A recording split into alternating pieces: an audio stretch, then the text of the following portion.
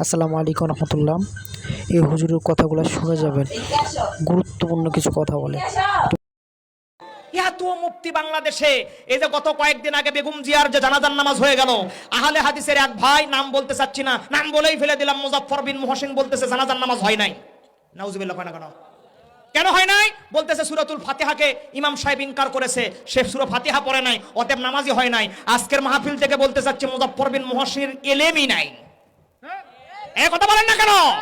উনি দলিল দিচ্ছে যে ফাতিহা ছাড়া নামাজ হয় না, লা সালাতা ইল্লা বিল ফাতিহাতিল কিতাব, ফাতিহা ছাড়া কোনো নামাজ হয় না। আমি তাকে বলতে চাচ্ছি জানাজার নামাজ কোনো নামাজ না, ওটা হলো দোয়া। ঠিক কিনা বলেন? নামাজ ফাতিহা ছাড়া হবে না, রাইট? কিন্তু জানাজাটা ওটা নামাজ নয়, ওটা হলো দোয়া। আপনারা বলবেন দলিল, দলিল হলো নামাজের সামনে কোনো মাইয়াত থাকে না, নামাজের সামনে কোনো মানুষ থাকে, কথা কয় না, নামাজের সামনে মানুষ থাকে, মানুষ সামনে রেখে নামাজ হবে, সেটা জীবিত হোক বা মৃত হোক নামাজ হবে। জানাজার নামাজের সামনে মৃত মাইয়াতকে রাখতে হয় পিছনে, কারণ লিহাজাল মাইয়াতে, এই মাইয়াতের জন্য দোয়া। আমি বলবো ভাই তুমি পড়াশোনা করো, ঠিক কিনা বলেন?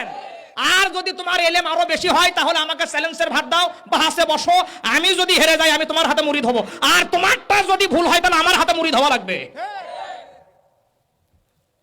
এক জায়গার ফতুয়া আর এক জায়গা টানে দিলে তো এটা সমস্যা। ফতুয়া বাজের আর জায়গা পাও না। উনি বুঝাতে চাচ্ছেন উনি সব চাইতে বড় জ্ঞানী, কথা কয় না কেন? ওনার মতো জ্ঞান আর কারো নাই। পড়াশোনা করো, গবেষণা করো, আল্লাহ পাক। তবে পরিশেষে কথা হলো, হানাফি মাযহাব অনুযায়ী আমরা যারা হানাফি মাযহাব অনুসরণ করি, নিঃসন্দেহে নির্ভেজাল ভাবে সহিহ শুদ্ধ ভাবে বেগম জিয়ার জানাজার নামাজ কমপ্লিট হয়েছে, কবুল হয়ে গেছে আল্লাহর দরবারে। আমরা পড়ি আমিন। কবুল হওয়ার পিছনে দলিল, লক্ষ লক্ষ উলামায়ে কেরাম ওই জানাজায় উপস্থিত ছিল।